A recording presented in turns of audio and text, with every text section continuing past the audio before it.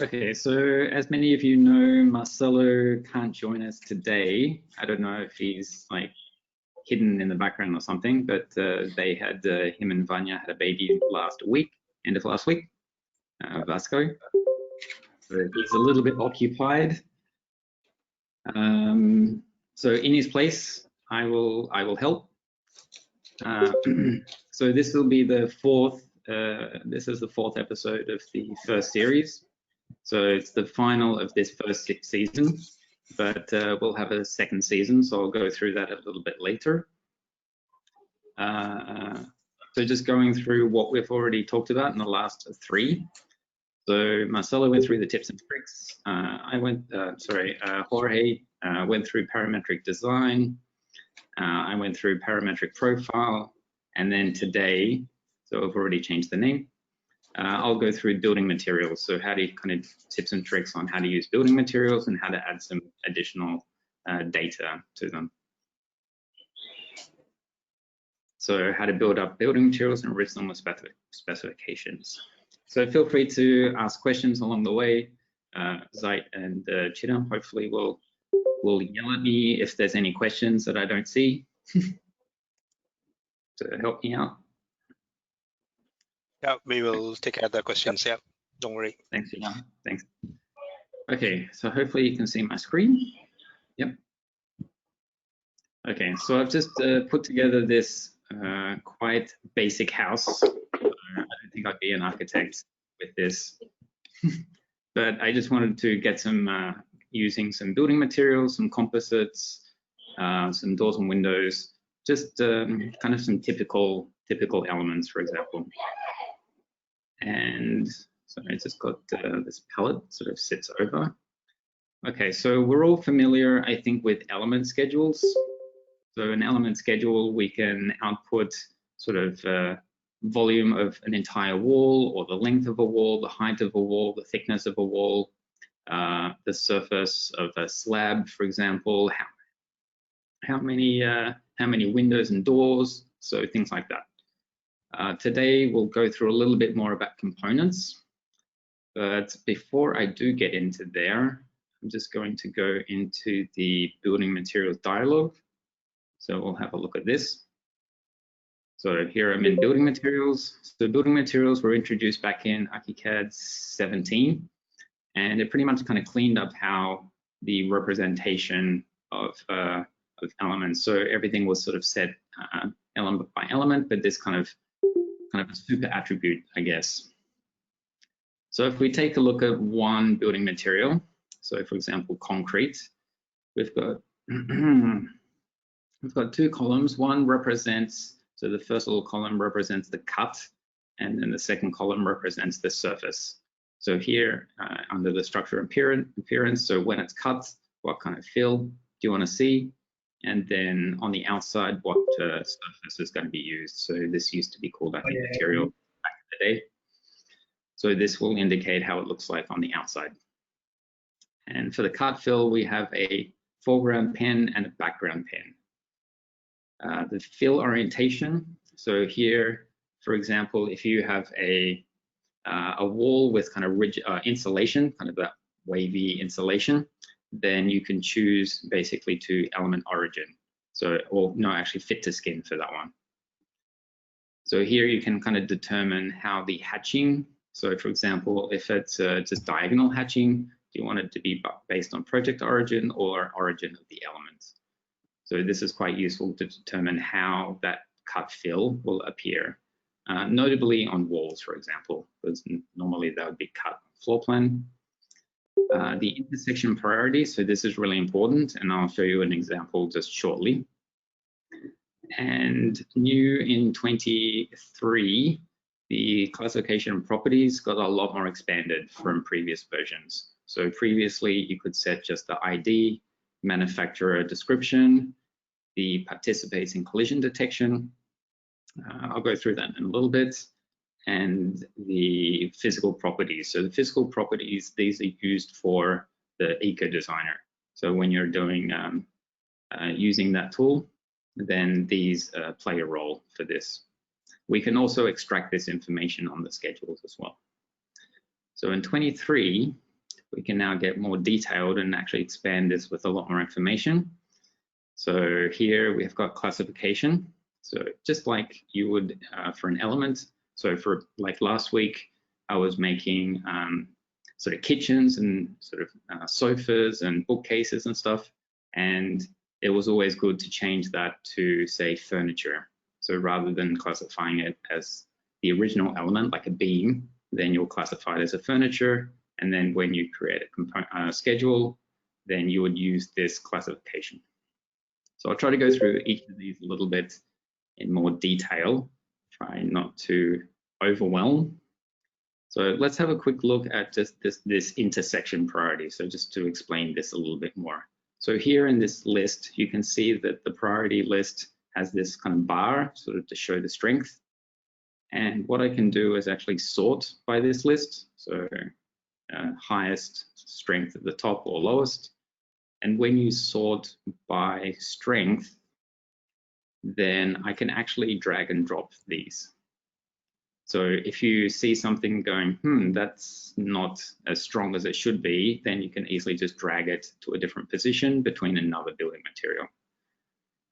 So what I can show you maybe, so I'm just going to exit this dialog and just show you these two beams over here. So this one beam is using just concrete. And if I open up the pop-up, it says at the top here that the strength is 510. So the higher the number, the stronger it is. So this is 510. And if I choose this other beam and open up the pop-up, then this says 920. So this is much, much stronger. So what does that mean? So if I just have a look at this weaker beam and just show that, you can see that the stronger beam automatically cut it out. So this was added also in ARCHICAD 17, where the automatic connections. So I won't go through too much detail because I think maybe quite a few people will know already, but I just wanted to highlight this kind of fact. So if I select these two beams or any element in the model, and if we open up the building materials dialog, and I click, so here I can actually see a selection and I see a little check mark here. So if I click on this first column, I can actually sort by the selection. So because these are selected in the model, and I can actually sort by selection, so I can see exactly which building materials are in the selection before I came to this dialog. So this is a really good way if you see quite a few building materials, and from here I can then do the drag and drop or modify their weakness or strength graphically. So from here, so I think that's quite handy. Okay, so I'm just going to kind of ignore. So this is kind of just the principle of the building material. So I just want to clarify that. I guess any questions so far? Probably not, because it's so obvious. Okay, so let's have a look at this house. So this house, I've actually used quite a few composites for the walls. For this roof, I've also used a composite, and floor underneath, I've also used a composite. So again, if I select any of these elements, open up the building material, and with the sorting by selection, then I see all the skins, all the building materials inside that composite. Yeah, so this gives you a handy overview to kind of understand kind of what's happening or what materials are being used. Okay, so let's have a look now in the second section. So here I can see classification. So this one, for example, is air. This one is concrete block.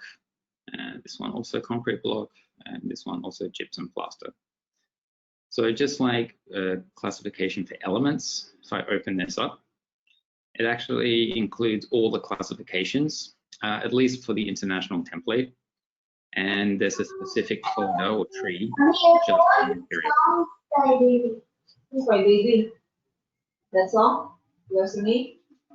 So because that was pop-up, now I'm going to open up classification to see kind of what's happening with the tree structure. So here I can see elements.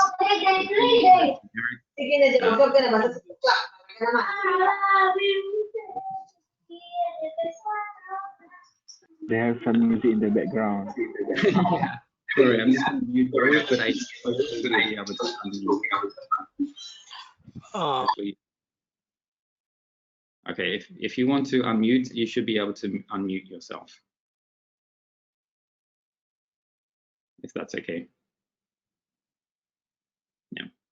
If you can't, just type to me and let me know.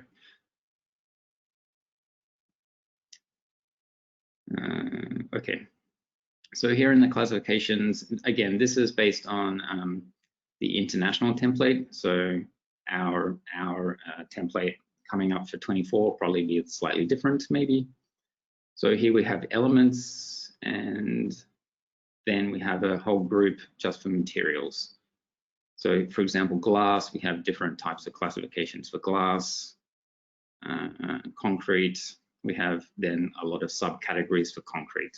So exactly the same way of classifying building materials, the same way you would elements. And it's even in the same kind of structure. So it's not a separate system, it's kind of in the same system.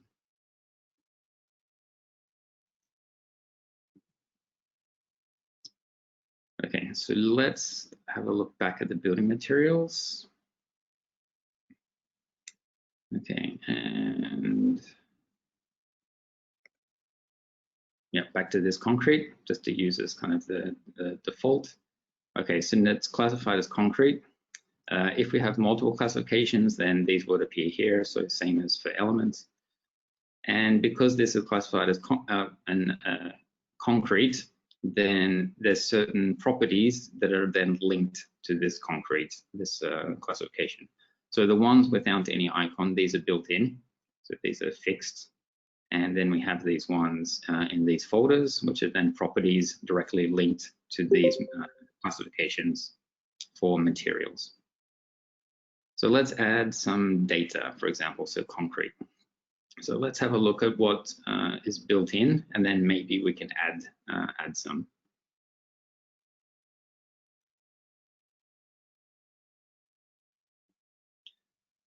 So for example, I see name, category, etc. But I kind of want to add something like, you know, a website, so the manufacturer, or who is the main contact that I need regarding this this material. So who should I call, or something like this. So I want to add 1 or 2 additional properties for these classifications. So I don't see from out of the box, I just want a few additional ones. James, there is a question from Gary. Yep. He's asking whether there will be a specific country-specific classification, like NBS or master spec, those things. Yeah. Yeah, usually there is. So like UK, for example, have dedicated classification systems, OmniClass, and I think we will create our own. So Jidam, maybe you can answer this as well. So yeah, for basically, if you go to the import button on the bottom, there is actually a website where you can download the classification, right? So if you go to the import part, yeah, that is an option to download and import. So we have a website which has all the country-specific classifications. Later, I can share in the chat. You can download and use it together with your project. Yeah. Yeah, I think if you go to this little I button, there's also quite a few on the Graphisoft website that you can download. Yeah, you can. Yeah, that's what I was talking about. Yeah. Okay, sure. Yeah. Okay. Okay, so let's have a look at these materials, and I'm just going to search for concrete. Okay, so for example, this one, and I see all of the available properties. So I'm actually going to go to the properties to create a new property. So I could go from here, but instead of having this dual dialog, I'm just going to go to the property manager, and I can see all of my properties that are going to be used in this project. So if we scroll down, that's quite a lot. Okay, so here I can see, say, common materials. So this is a folder, concrete materials. So these are basically just set for the classifications only dealing with these materials.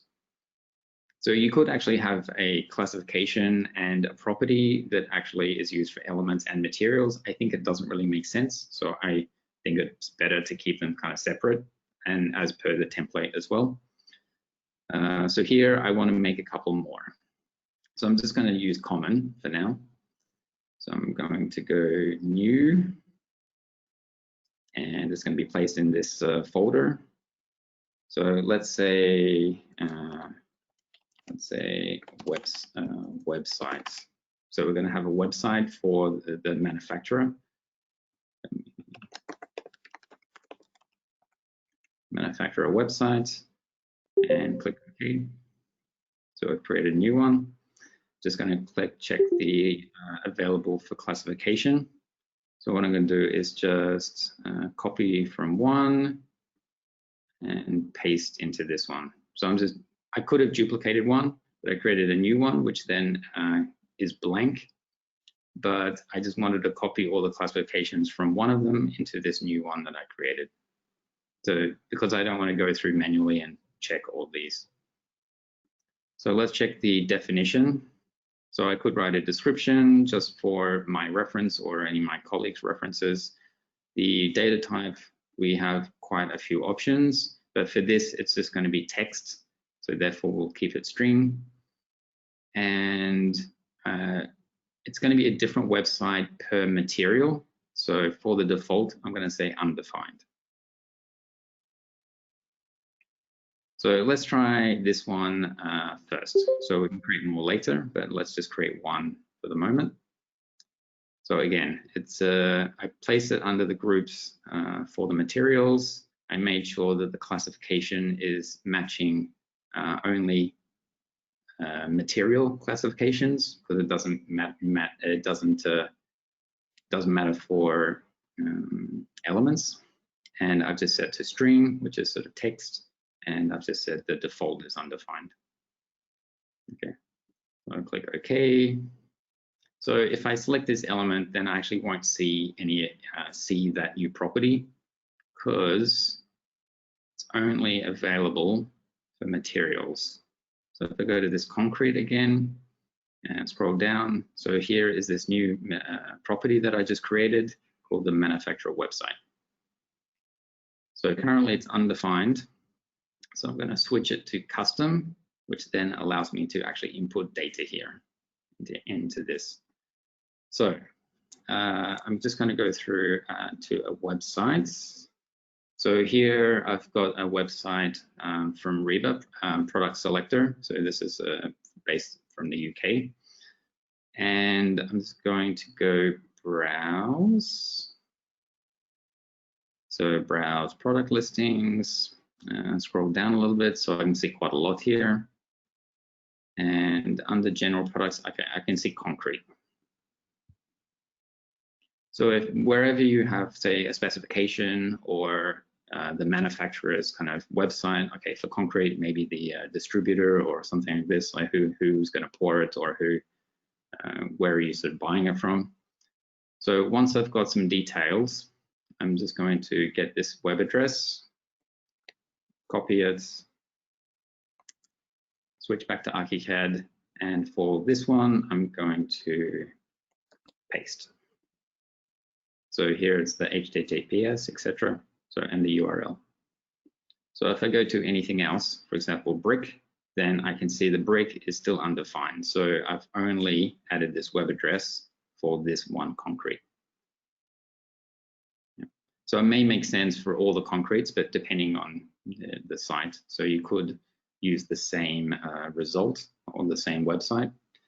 So let's just say, okay, this is the website that I've added to this building material.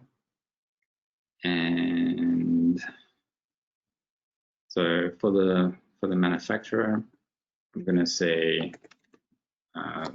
Bob's Cement Factory, for example. And then description, I could get the specifications I think there is a character limit. I don't remember exactly what it is, but generally a few paragraphs is good to be able to place into this description. I think if it's like a few pages worth, then it actually won't fit. So the system, I think, has a certain character limit, but I think at least a few paragraphs of text will fit within these. The only other thing is that returns, so it doesn't support returns, so or paragraph breaks, so it will be kind of sentence after sentence.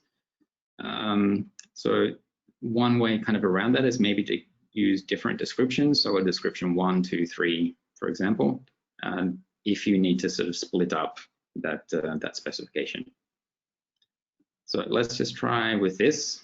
So maybe the EF also doesn't make sense, but this is consistent with all the others. So now that we've got at least some data here, even if it's only just a few fields, so let's go OK. And let's create a schedule where we can actually list and use this information. So for now, I'm just going to quickly click on one of the defaults, and then we'll create one from scratch. So under the components, in the default template, there's an all components. If I double click, so here I get a list of all the building materials used in this project. And if we just, so here I can also see the volume, so how much volume of concrete, and also the area. So maybe for the concrete, the area is less important and the volume is much more important.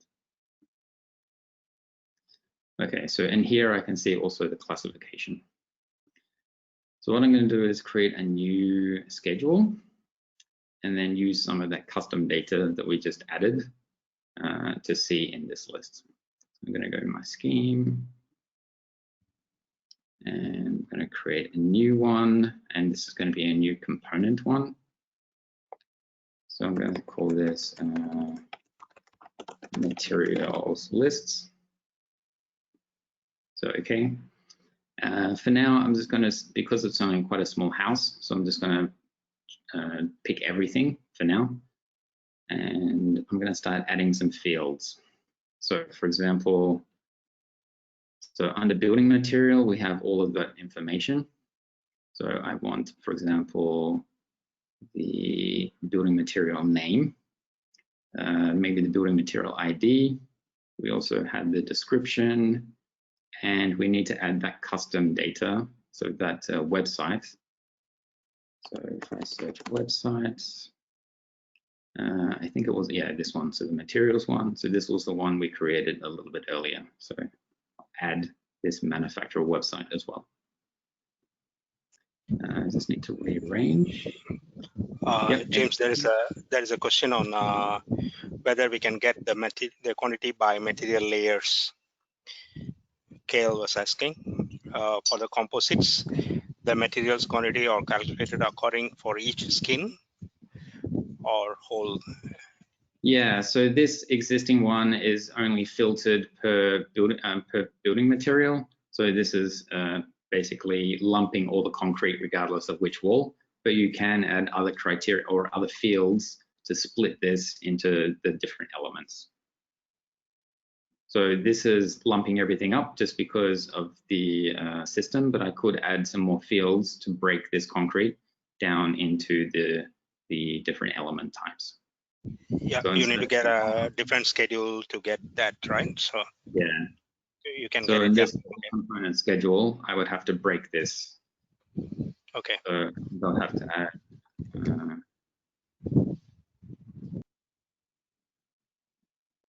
So I didn't check this. I think this one. So let's have a quick look. Don't merge.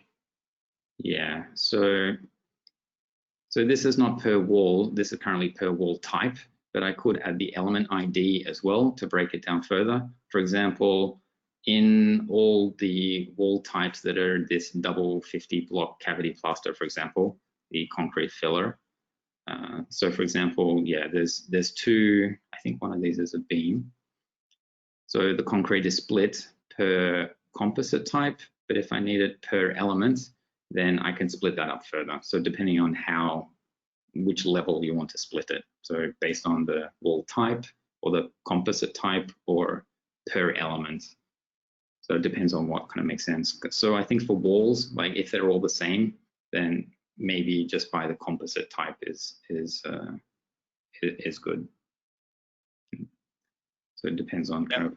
There is another question from Gary.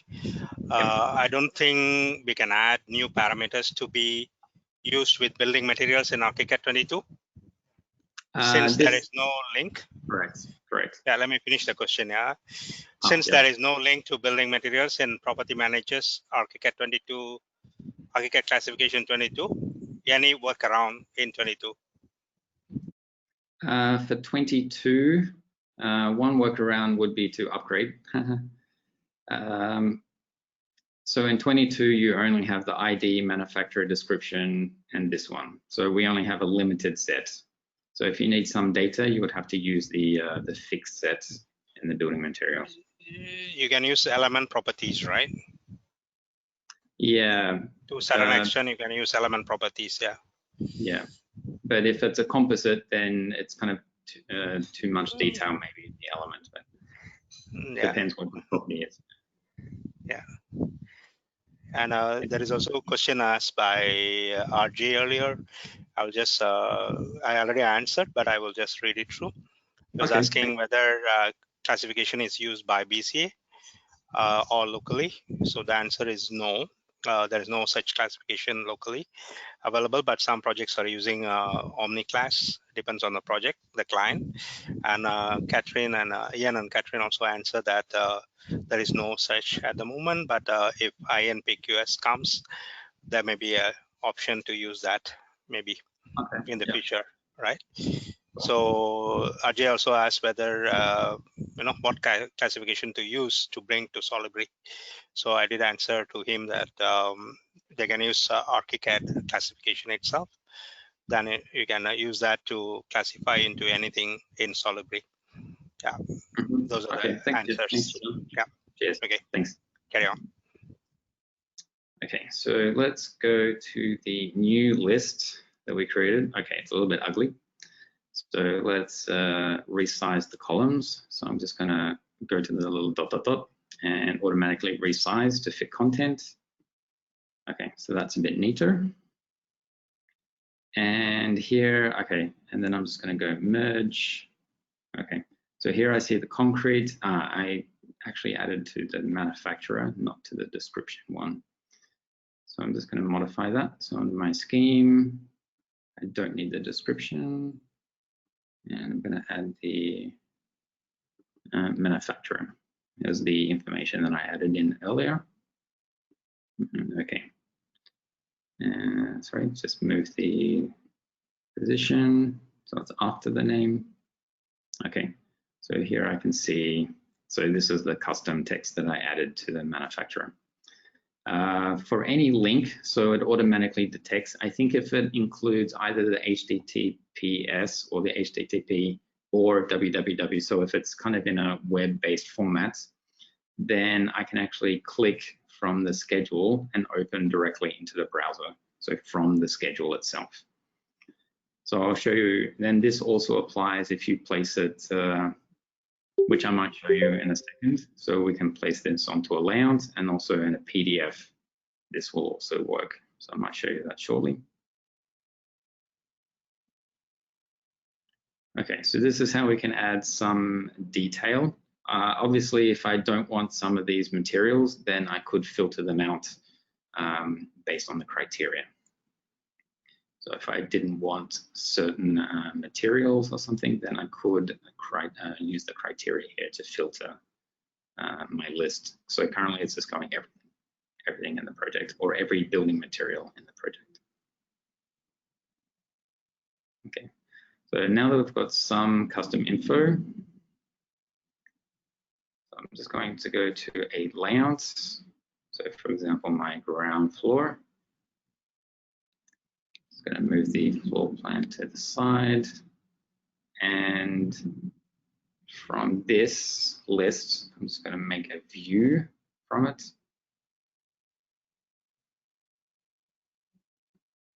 I'm just going to create a view, and yep, just the materials list, and okay. And then on my layouts, I'm going to drag this new view onto this layout. Okay, so I can see it's a little bit wide because of that web address. So maybe it's good to use a one of those sites that actually has a shorter web address. You mean the tiny URL? Yeah, the tiny URL. I think there's quite a few sites that can do that. I don't need the title block, so I'm just going to turn this off. So under my drawing settings, title, and just no title. So for this, I don't need that. Okay, so this is now, we've got our sort of materials list used in the project. And if I then take this one and yep, use my layouts, and I'm just going to publish this one ground floor. So selected layouts and publish. Yeah, I just need to tell it where to save. I'll just use my desktop for now. And okay. Okay, so now we'll hit publish. Yep, done.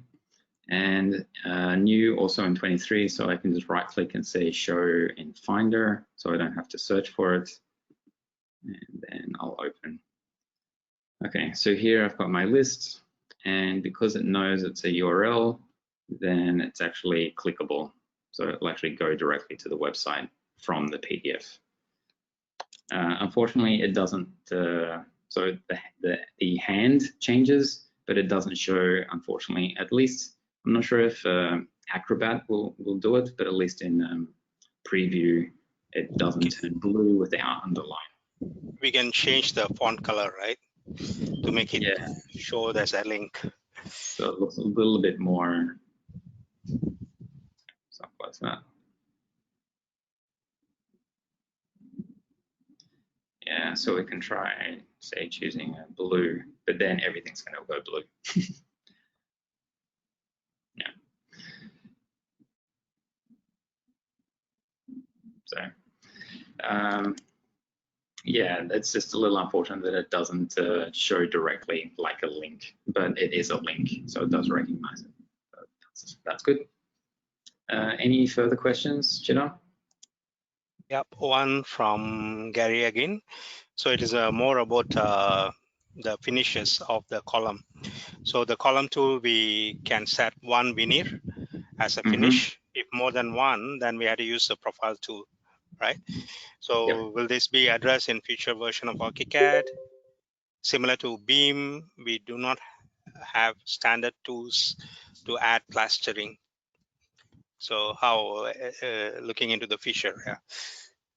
Any solution? I think so this veneer is very specific to the column, and so with the new profile features, we've kind of given you the total freedom to just create whatever you want and as many veneer types as you want. So, for example, like with this veneer, you have to choose all 4 sides with a uniform thickness. But with the parametric profiles, you can allow any type of thickness on any side. Yeah, I see more and more we are moving into profile. Yeah. So veneer is kind of like legacy a little bit.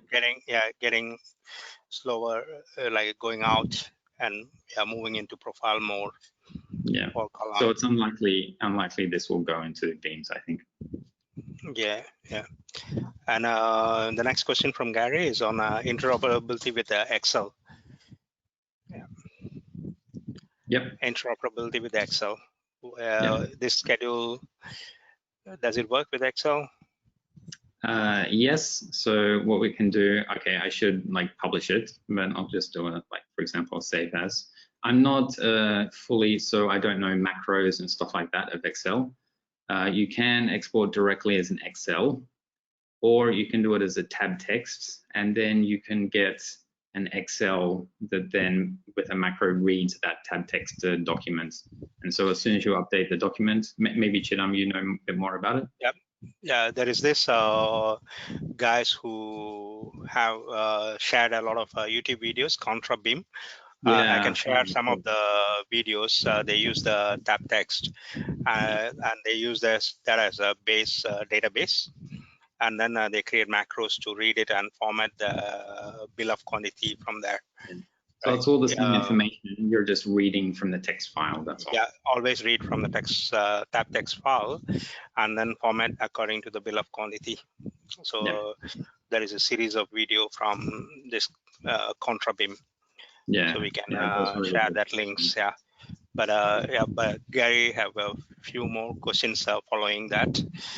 Is it like export in one way, or is it two-way, interoperable or not? Yeah. So this is a component scheduler, so it is one way, right? Yeah, I think with the that two-way it's only for properties. Yeah, and I think but it's does it only work for these for properties element. also? I think it's only for element properties and not for building material properties. So it is.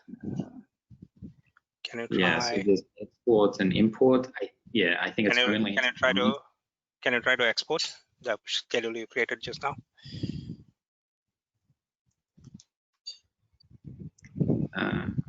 Yeah, it's only. It is not listed here. Yeah. So it is only for element properties, not for component schedule. Yeah. So Gary, the answer is one way now. Yeah. So it is only for the element properties. There's two way. Yeah.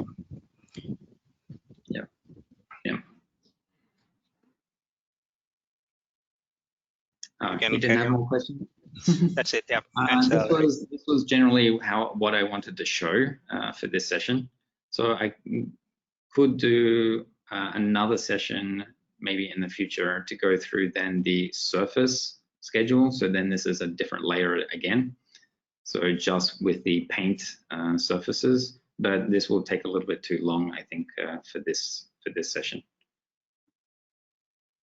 Yeah. So this is then to do the finishes, the schedules.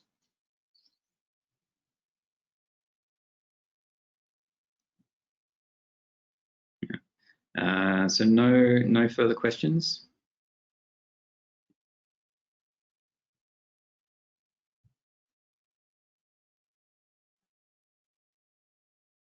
So I kind of went through again. So I went through the checking the classifications, checking properties. So this relates also to elements, just that in 23 we now added it to the building material. So using can be basically used in the same way. Unfortunately, the expressions don't work with the building material directly. So that's still limited or still useful for the elements types and element schedules. I have shared a YouTube link to channel for Contra Beam. They have a series of YouTube videos to show how you can use the data available in ARCHICAD to produce your estimation bill of quantities. So can watch that, and it is really useful videos. I learn a lot from that when it comes to scheduling and creating bill of materials. Yeah.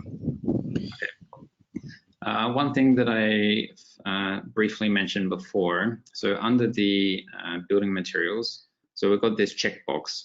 So this participates in collision detection. So it's either on or off. Pretty much everything will be on except for airspace.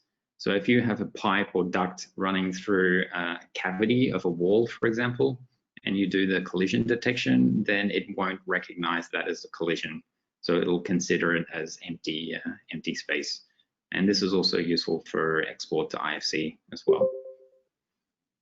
So it's always good if something is so maybe water or earth or air would be off for this.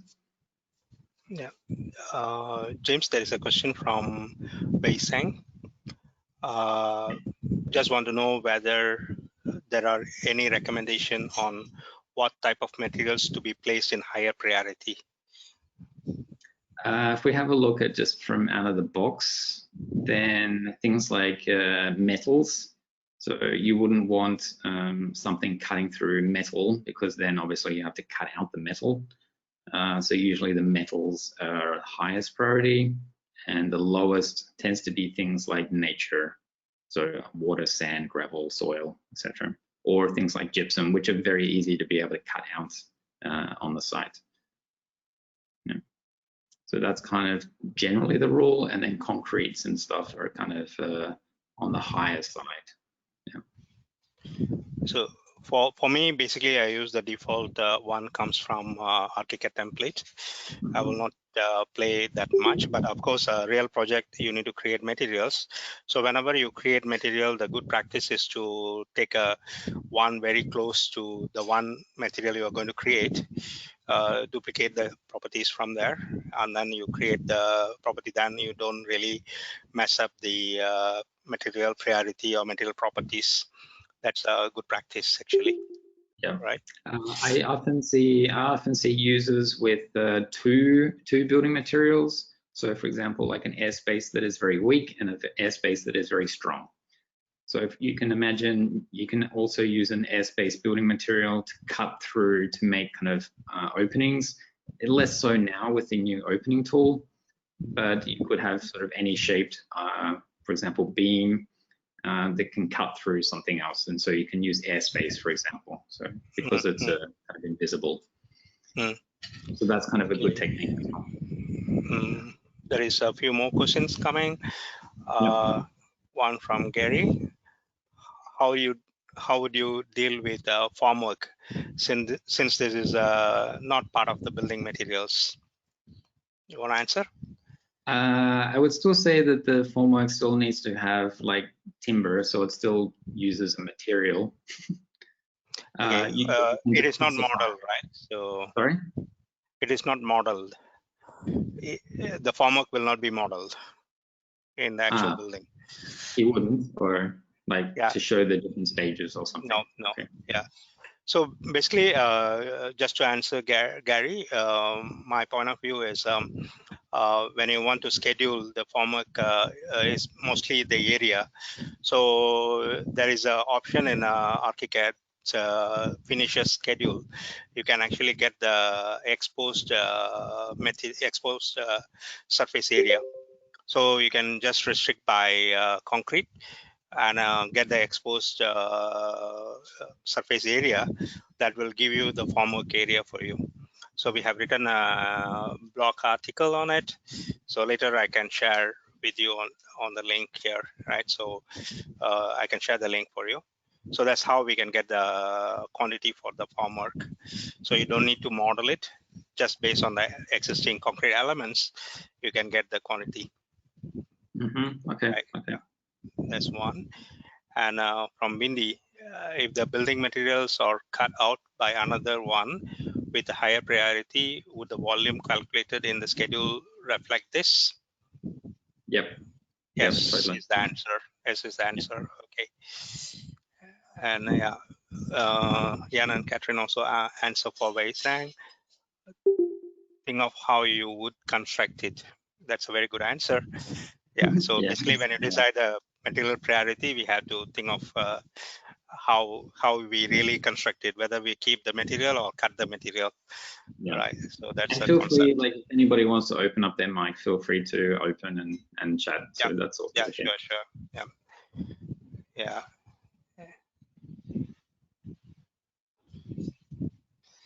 Yeah, I think more or less we covered all the things. Hi. Yes. Yeah, I'm Terence. Yeah, just to check also, the building materials actually here is where you can also set all the heat loads, right? You can enter those informations, yeah. You can under the physical properties, and you can extract these, and you can add any type of property as well. So if it's not built in, then you can add any custom one. And that's where the function where you do the energy review taps on, right? Yeah. You can use, basically this information is used for that, yeah. Yep. Okay. Have you all done any projects in Singapore that does the energy review?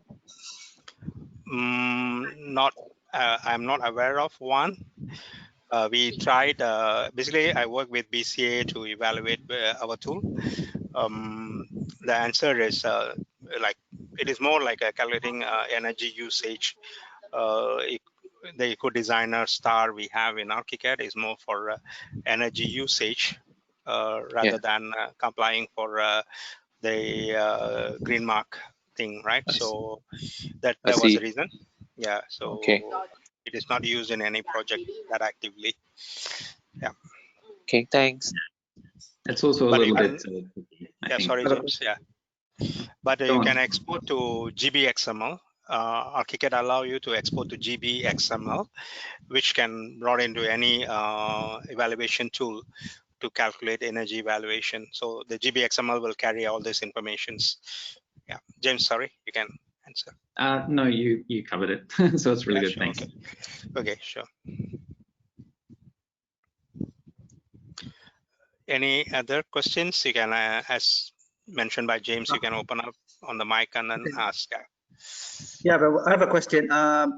What is the workflow like when you say, for example, you receive an engineer core structural design, right, into your workflow? Say, if you, I mean, of course, when you receive this information, there are no finishes on it. Do you need to remodel it again? So engineers may be using another software. Yeah. Then they give you the model in IFC format, you mean? Yes. Okay, so it is better to use as a reference model. Means that when you bring in an engineer's model, it comes in with a different intent. So you won't be, it is difficult to incorporate the whole model into your architectural project and do the work. It is better to use it as a reference. And in ARCHICAD, you can create separate views for engineering content and your content, and you can do referencing. You can compare trace reference for the plans, and you can see whether you are kind of matching or not, and things like that. Then you can continue your design, right? So it is better to keep your model separate from the engineering model and use it more for reference. All right, thanks. Yeah, but in Singapore, some projects we are doing, both architects and engineers are using ARCHICAD. We are using one integrated model, means that we place columns, slabs, and everything with the finishes. Once the architect finish the project, they can share the model with the engineers. They just can switch off all the finishes and they see only the structural load-bearing elements. Then they can produce their documentation or output from there. So in that case, if the structural engineer changes something, it will be notified to architects. Architects can see the changes, and the thing are like we already have implemented for quite some time in housing projects in Singapore.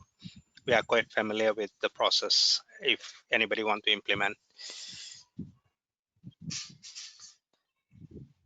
Any other questions? Okay, so if not, or you still can, so I'll just go back to the presentation. Okay, so just to reiterate, so we've got our GRAPHISOFT SG website. So we actually post these recordings that from these sessions and also other videos. So it's worthwhile to search for this and to follow. For our other social media, you just need to get the phone out. So we have our Instagram, Facebook, and LinkedIn as well. So we also try to share these videos on these platforms as well. So I can give you a second and give you a second as well. You need your phone.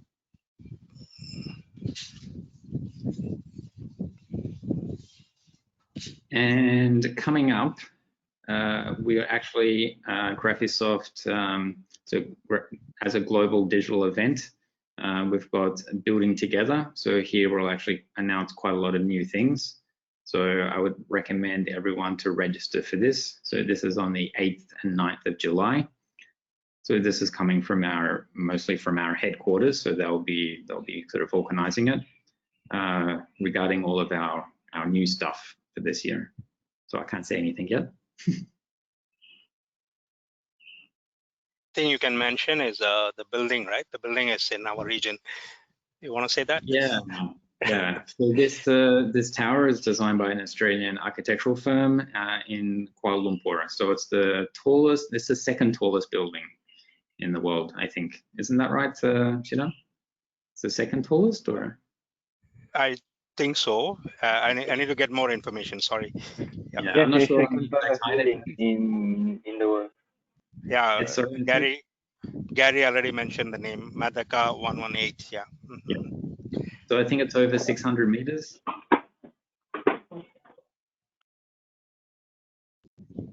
Yeah, so it's still under construction, but I think it's getting near its top now. So actually the architects for this building will also present at this digital event.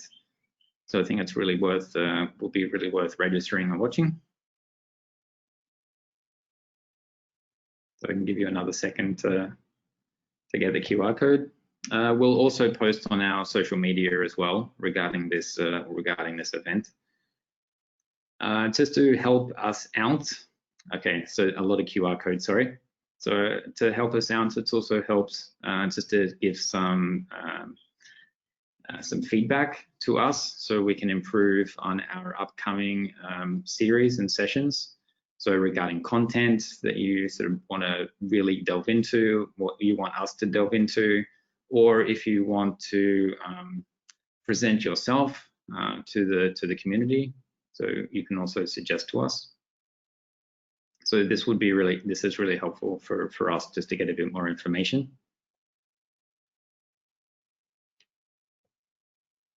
If I'm going too fast with these QR codes, just let me know. I can go back. Okay.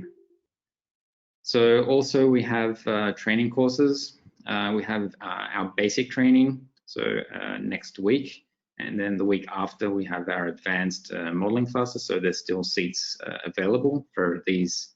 You can easily just go to the graphisoft.com.sg courses website to sign up, to put your name down. So these will be digital online trainings, so similar to what we've been doing for the last couple of months. I think probably for the foreseeable future, it'll also be online. And because this is the end of one series, so we will continue with a second series. We will give it a couple of weeks because Marcelo will be coming back. He just needs a couple of weeks with the new baby. So we'll be starting again on the 30th of June, so the end of this month. So it's a 2 weeks break that we'll be having.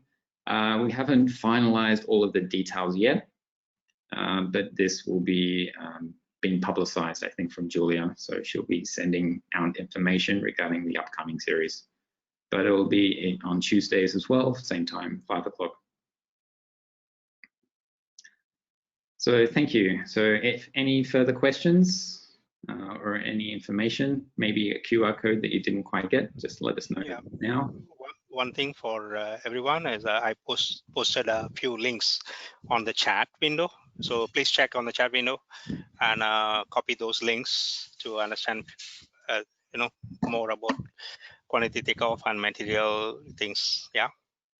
Cool. Thanks, Chidam. Check out the links. Yeah. Thanks. Thank you very much. So see you in a couple of weeks. So we'll have a couple of week break and then we'll start again on the 30th. So thanks everyone for joining this series. Appreciate it. Thank you. Yep. Thanks, James. Thank you, everyone. Okay. Thank you. Thanks.